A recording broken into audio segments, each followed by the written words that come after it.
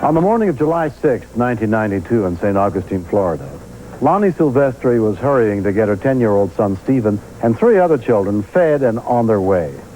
But the whole family was about to discover that one rescuer's determination to save a life would far exceed the limits of his job. Much of the footage in this story was taped as the events unfolded. Okay, everybody, let's go. Hi, Chewy. Got you. We had to rush out and leave because we had to go to camp.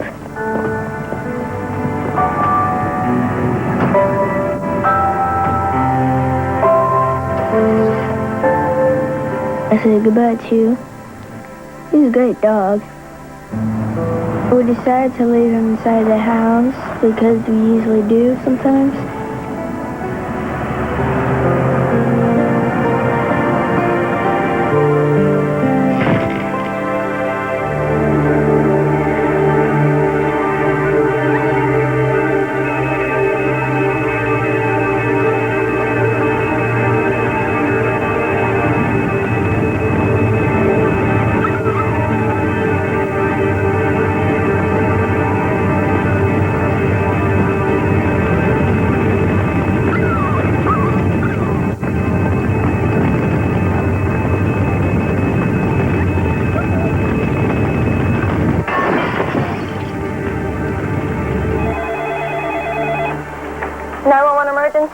We have a house fire on Sebastian Street, right next to the early education center. Is anybody in the house? No, I don't think so. There's a dog in the house.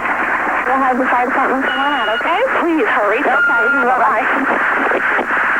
Station 151 to Sebastian.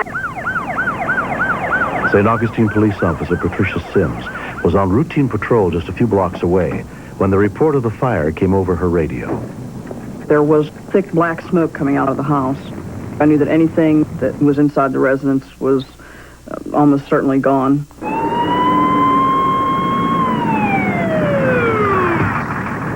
Within 2 minutes of the call, the St. Augustine Fire Department arrived. Williams, there isn't supposed to be anybody at home, but there's a dog inside. It should be a white poodle. Captain Bubba Williams was in charge of the scene. Flames were in the back kitchen part, so I went to the front and just thought I'd look in and see if there was anything in there.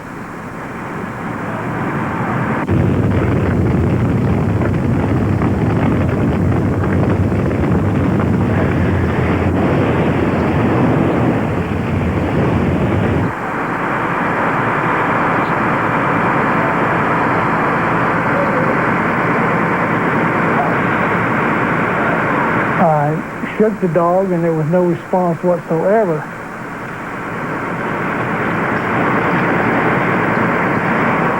I could feel no breath sound and no heart action. I've been trained in this for so many years, I just didn't think. We just went ahead and started CPR on the dog.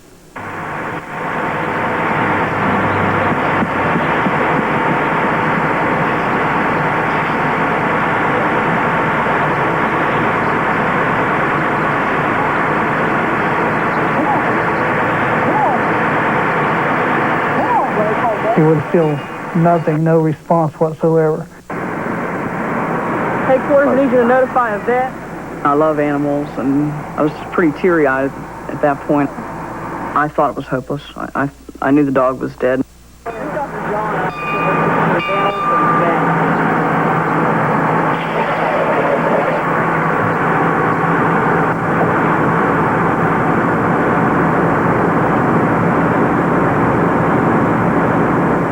Teacher Lisa Morin and her students watched from the school nearby. The children were asking, is Chewy going to be all right? We're saying, we don't know, but they're trying really hard. We were just hoping that they would be able to do it.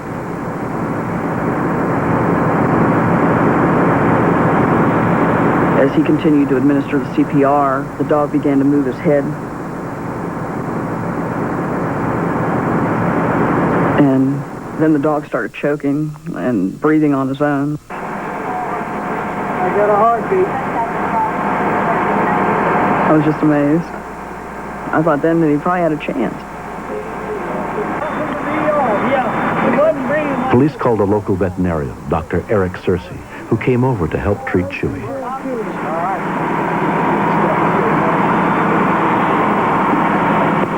Good work, Doc. When I got there, I just assessed his condition real quick. His heart rate was in the normal range, and his lungs sounded good. Captain Bubba Williams, he did exactly what I would have done as far as pumping the chest. He just did what came natural to him. He certainly saved Chewy's life. Captain Williams was very humble about the rescue. But I said, you did good, Captain. you did great.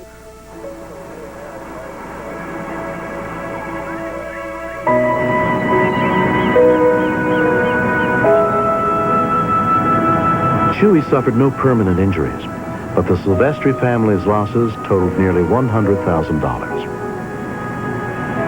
My family and my friends have given us clothes and things just to get us going again.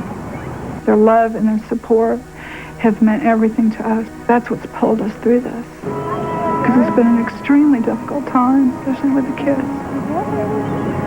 We can always get another house. We can always get more clothes. You know, that's trivial. All that mattered was we were all together.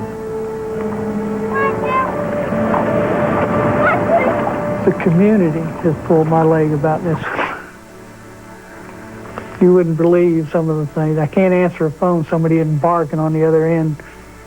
They went out of their way to save a dog, and a lot of people wouldn't have done that, but Bubba did.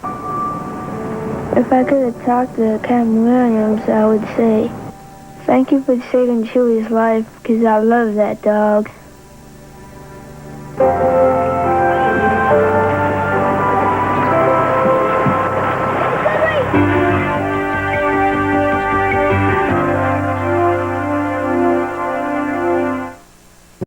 Building, they are stepping into danger. Yet every day, these professionals willingly take that heroic step in order to save lives. Fire breaks out at the home of Frank and Lonnie Silvestris. Quickly, the St. Augustine Fire Department responds. The flames inside are spreading fast, but the house appears unoccupied. A policewoman comforts Lonnie Silvestris because Lonnie's little dog Chewy may be trapped inside. We knew that there was possibility of being a dog in the house. I crawled in the house, and if I didn't know that I was looking for a dog, I would have thought it was just a stuffed animal because it's completely lifeless. Suffocated by smoke, Chewy is unconscious and barely breathing. While firefighters continue to battle the blaze, Williams turns his attention to the small life in his hands. He inserts an oxygen tube into Chewy's throat and begins CPR.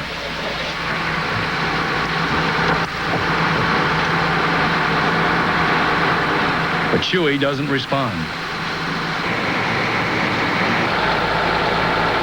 Although the dog's vital signs are failing, Williams refuses to give up. At last, Chewy shows signs of life.